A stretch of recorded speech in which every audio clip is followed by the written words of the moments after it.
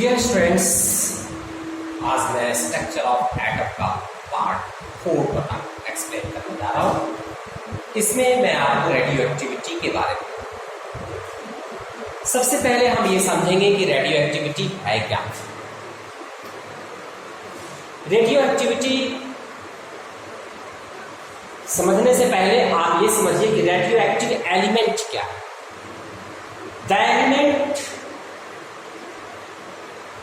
like radium, the elements like radium, polonium, uranium emit some invisible rays। Rays तो होता है लेकिन वो इनविजिबल होता है, दिखता नहीं। कुछ ऐसे एलिमेंट हैं जैसे रेडियम, पोलोनियम, यूरेनियम, वो इनविजिबल रेज इमाइट करते हैं विच पेनिट्रेट फोटोग्राफिक प्लेट्स। जो फिल्म होता है, फोटोग्राफिक फिल्म होता है जिस पर आपकी फोटो खिंचाती है, जिसको नेगेटिव आप बोलते हैं, उसको पेनिट्रेट करता है, उस पर इमेज बनाता है। इमेज बनाने की एबिलिटी होती है, इस कॉल्ड रेडियो एक्टिव एलिमेंट, यानी ऐसे एलिमेंट को रेडियो एक्टिव एलिमेंट्स कहते हैं। एंड दिस फेनोमिनन, और इस फेनोमिनन को, इस प्रोसेस को क्या कहते हैं? Radio activity. एक्चुअली इसका डिस्कवरी हेनरी बैक्वेरेल 1896 में किया था। उन्होंने कैसे किया था? एक्सपेरिमेंट उनको समझ में तो कुछ दूसरे तरह से आया, लेकिन दुनिया को उन्होंने एक एक्सपेरिमेंट के थ्रू कराया। वो एक्सपेरिमेंट उन्होंने कैसे किया? सपोज उन्होंने क्या किया, ये जैसे आपका ये फोटोग्राफिक फिल्म है, सपोज इस कॉपी को आप मान लीजिए फोटोग्राफिक फिल्म, इसको उन्होंने ब्लैक पेपर से रैप कर दिया।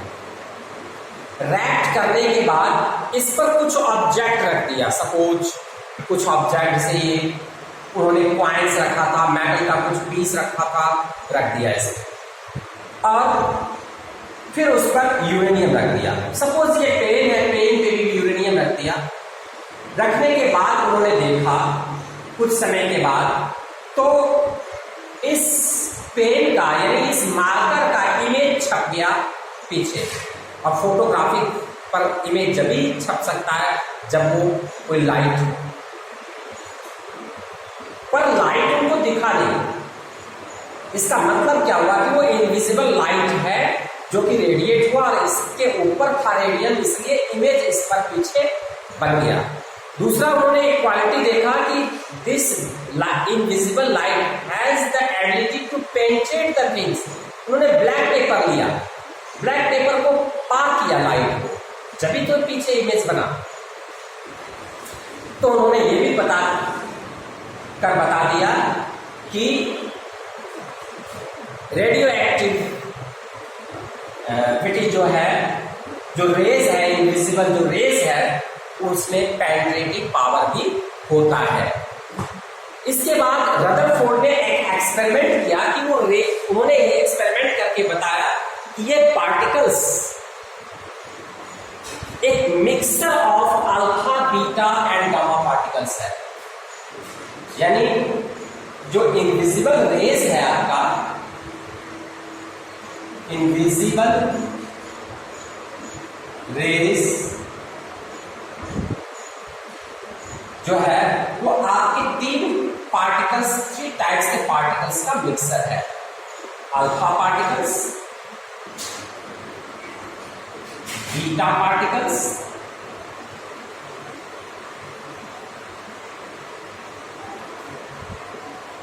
And gamma particles.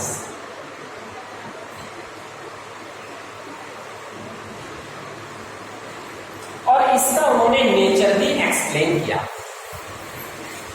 Alpha particles, beta particles and gamma particles का उन्होंने एक एक्सपेरिमेंट किया था।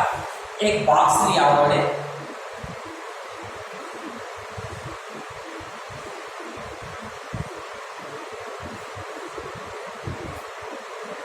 इस बॉक्स में he kept some radioactive elements। अब क्या हुआ, एक स्प्लिट यहां बनाया, होल बनाया और यहां पर फोटोग्राफिक प्लेट लिया।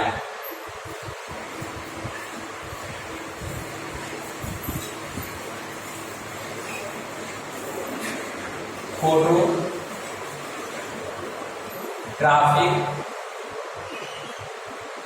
प्लेट्स, यहां से जो रे निकला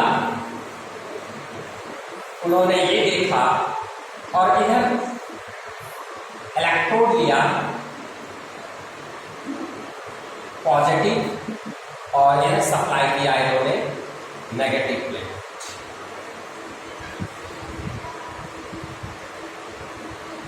तो उन्होंने ये देखा कि कुछ रेस स्टेट स्ट्राइक किया फोटोग्राफिक प्लेट, कुछ रेस पॉजिटिव टर्मिनल की तरफ अट्रैक्ट हो गया और कुछ रेस नेगेटिव टर्मिनल की तरफ अट्रैक्ट हो गया और यहां पर अपना इमेज फॉर्म किया। तो जो पार्टिकल्स नेगेटिव का हुआ इसका मतलब है कि पॉजिटिव पार्टिकल्स है और वो था अल्फा पार्टिकल्स। ये हो गया अल्फा पार्टिकल्स। और जो पॉजिटिव की तरफ गया इट मीन्स वो नेगेटिव नेचर का है। तो this is the beta particles और ये आपका हो गया गामा पार्टिकल्स।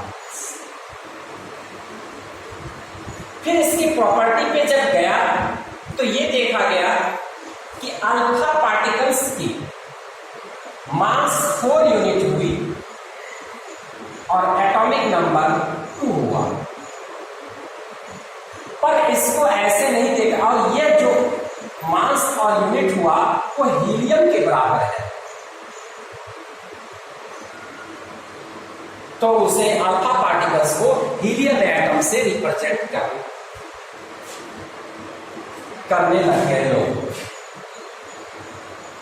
ये बीटा पार्टिकल्स नेगेटिव चार्ज था इसका 1 और मास नंबर इनका 0 और गामा पार्टिकल्स का दोनों मास और एटॉमिक नंबर बोथ आर 0।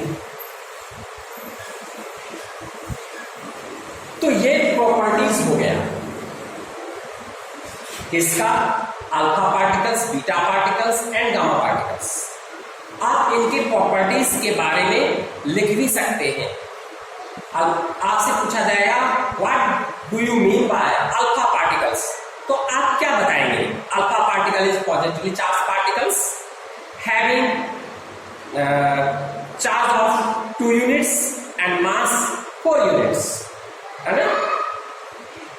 उसी तरह से beta particle are negative charge particles, electron having charge -1 और गामा 0। ठीक, अब यदि आपसे पूछा जाए कि इनका डिफरेंशिएट कीजिए, alpha particles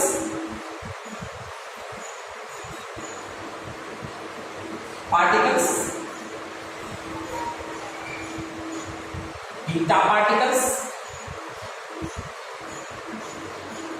and gamma particles.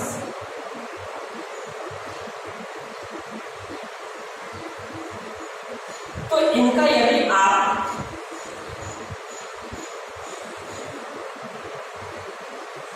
Property यदि बताएं तो क्या होगा? It is positively charge particles, it is positive charge particles having 2 unit positive charge and mass 4 unit। ये हो गया। बीटा पार्टिकल्स क्या है? It is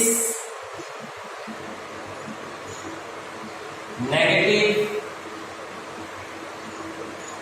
charged particle having 1 unit charge and no mass। और इनका क्या होगा? It is neutral charge particle, it is neutral charge particles having no mass, इनकी मास भी कुछ नहीं है, मैग्नेटिक। यह इट इज, ये जो है आपका first point. Second point, it is denoted by, it is denoted by hydrogen atoms, it is denoted by electron, it is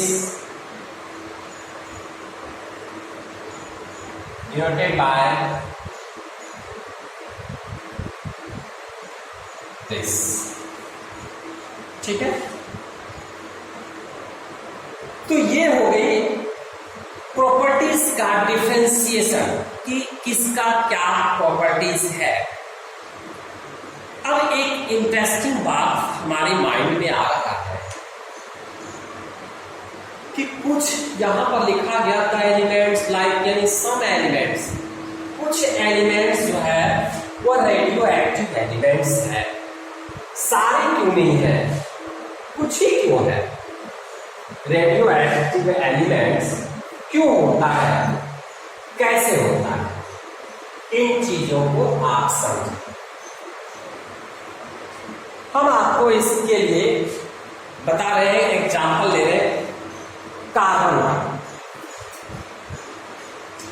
carbon element, atomic number carbon का 6 होता है।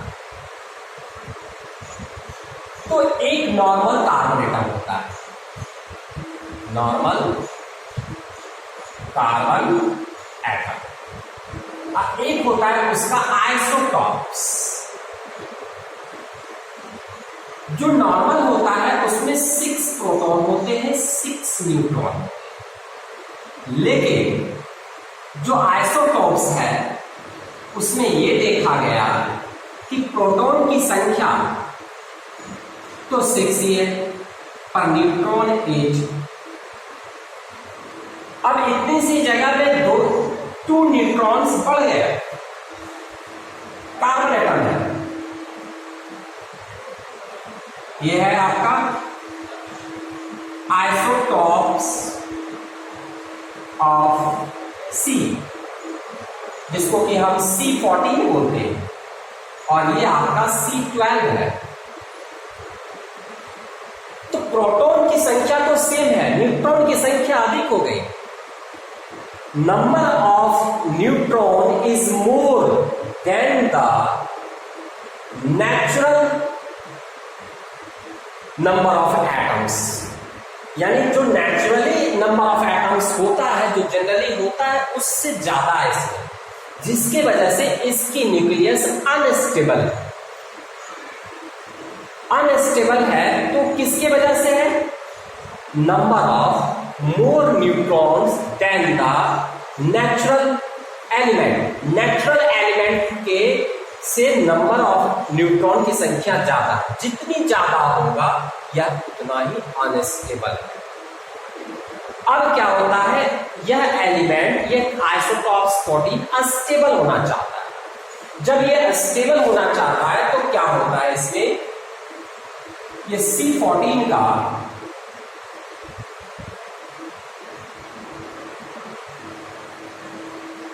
सिक्स और 14 एक बीटा पार्टिकल्स इमाइट कर देता, और जब ये इमाइट करता है बीटा पार्टिकल्स, तो क्या होता है इसका? बीटा पार्टिकल्स आप याद कीजिए, उसका मास क्या होता है बीटा पार्टिकल्स का, और उसका चार्ज क्या होता है। तो बीटा पार्टिकल जैसे ही इमाइट होता है, मैं इस यहां पर एक एलिमेंट राउंड लगा देता हूं, क्या है मुझे नहीं पता। तो ये बीटा पार्टिकल्स इमाइट किया, इट मींस इलेक्ट्रॉन में इमाइट हुआ है इससे, 0 मास -1 अब प्लस एनर्जी। तो इसकी मास तो सेम रहती है और इसका एटॉमिक नंबर 1 बढ़ जाता है और यह हो जाता है नाइट्रोजन का। यानी जब कार्बन 14 अस्टेबल था, क्यों? नंबर ऑफ मोल न्यूट्रॉन की वजह से। तो क्या होता है कि एक न्यूट्रॉन जो 8 न्यूट्रॉन था, उनमें से 1 न्यूट्रॉन ब्रेक डाउन हो जाता है, माइनस हो जाता है 1 न्यूट्रॉन, 1 न्यूट्रॉन बच जाता है 7 न्यूट्रॉन। अब ये 1 न्यूट्रॉन का क्या होता है? ये न्यूट्रॉन जो है आपका, इसकी एटॉमिक नंबर तो होता है 1 और इसकी एटॉमिक मास भी मान लीजिए 1, पर ये टूट गया, टूट करके ये बना प्रोटॉन प्लस 1 इलेक्ट्रॉन, टूट गया। तो वह न्यूट्रॉन जो है एक प्रोटॉन का निर्माण किया, वह प्रोटॉन आपका इसी में रह गया। तो अब क्या होता है, एक माइनस हो गया न्यूट्रॉन और एक प्लस हो गया प्रोटॉन, तो दोनों का रिजल्ट क्या हो गया? 7 न्यूट्रॉन एंड 7 प्रोटॉन। तो मास तो सेम रहा। अब बीटा पार्टिकल्स निकला, बीटा पार्टिकल्स कैसे निकला? एक न्यूट्रॉन ब्रेक डाउन हुआ, ब्रेक डाउन होने पे वह बनाया एक प्रोटॉन और एक इलेक्ट्रॉन। प्रोटॉन तो आपका न्यूक्लियस में रह गया, इलेक्ट्रॉन आपका बाहर हो गया। जब प्रोटॉन आपका न्यूक्लियस में रह गया, तो टोटल नंबर ऑफ न्यूट्रॉन 7 हो गया, टोटल नंबर ऑफ प्रोटॉन 7 हो गया, जो कि एक किस एलिमेंट का प्रॉपर्टीज है? नाइट्रोजन का। और फिर वो बना दिया आपका नाइट्रोजन। समझ में आ गया? तो आपने क्या समझा? व्हाई डज, इस क्वेश्चन का आंसर समझा, व्हाई डज या व्हाई डू, है ना?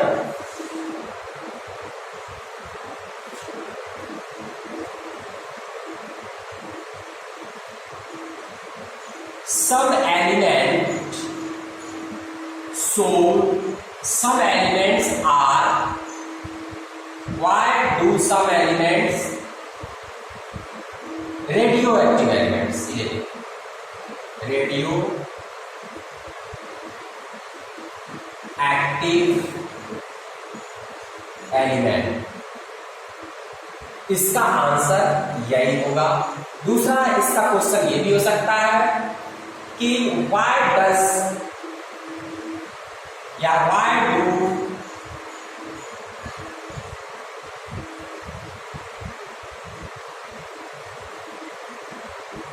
why does nucleus of nuclei, पूरा ले लेना पड़ेगा, why do nuclei of some element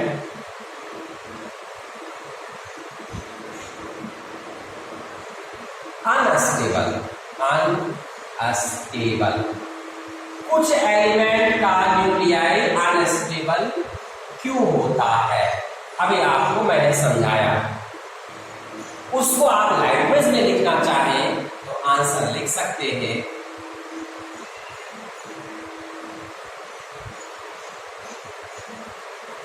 some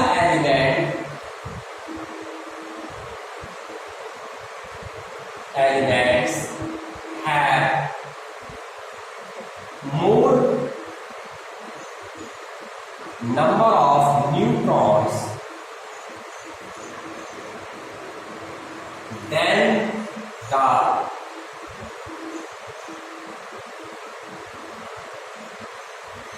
natural possibility.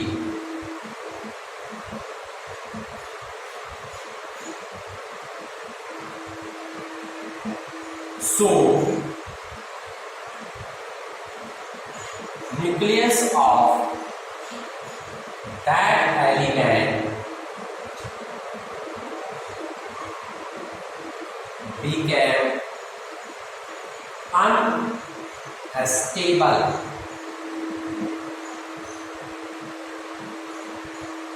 To be stable,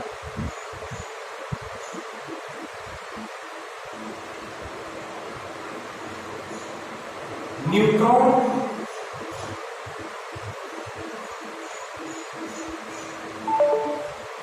disintegrate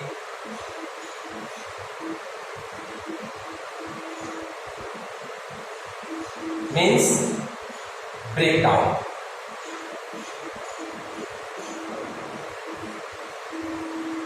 And emit some invisible rays and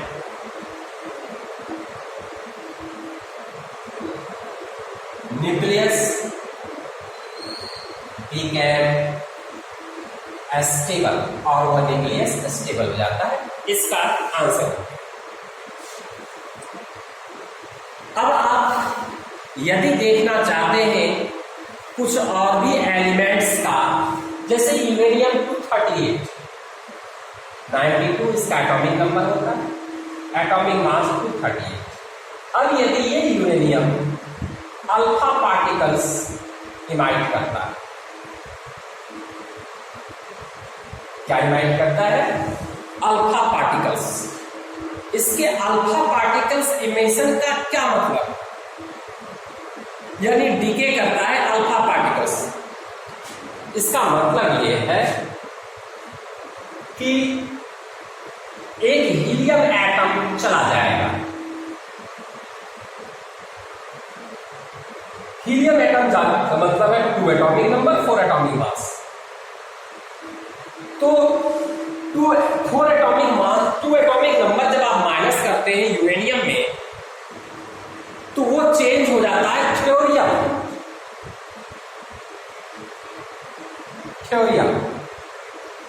तो थ्योरियम में चेंज होता है कि हो गया 90 और ये हो गया 234। और ये कैसे होता है आपको मैं बता चुका हूं। इसमें 2 न्यूट्रॉन चला जाएगा और अल्फा पार्टिकल इमिट होगा और ट्रेमेंडस अमाउंट ऑफ एनर्जी भी रिलीज होगा। तो इस तरह से आपने देखा कि एक इलेक्ट्रॉन इमाइट होगा तो क्या होगा, एक अल्फा पार्टिकल्स इमाइट होगा तो क्या होगा। ठीक है डियर स्टूडेंट्स, आज इतना ही। मैंने आपको इसमें ये बताया कि रेडियो एक्टिविटी क्या है, रेडियो एक्टिव एलिमेंट किसे कहते हैं, रेडियो एक्टिव एलिमेंट का काउज क्या है, ये मैंने काउज बताया था। उसमें नंबर ऑफ न्यूट्रॉन न्यूक्लियस में ज्यादा होता है, जिसके कारण न्यूक्लियस अनस्टेबल होता है, फिर वह न्यूक्लियस डिसइंटीग्रेट करता है, ब्रेकडाउन होता है और फिर वह एलिमेंट स्टेबल हो जाता है। यानी स्टेबल होने के लिए वह डिसइंटीग्रेट होता है। डिसइंटीग्रेट कैसे होता है, और एक अल्फा पार्टिकल से इमिशन होने पे क्या होता है, एक इलेक्ट्रॉन यानी बीटा पार्टिकल्स इमिशन में क्या होता है, ये चीज आपको मैंने आज बताया। धन्यवाद।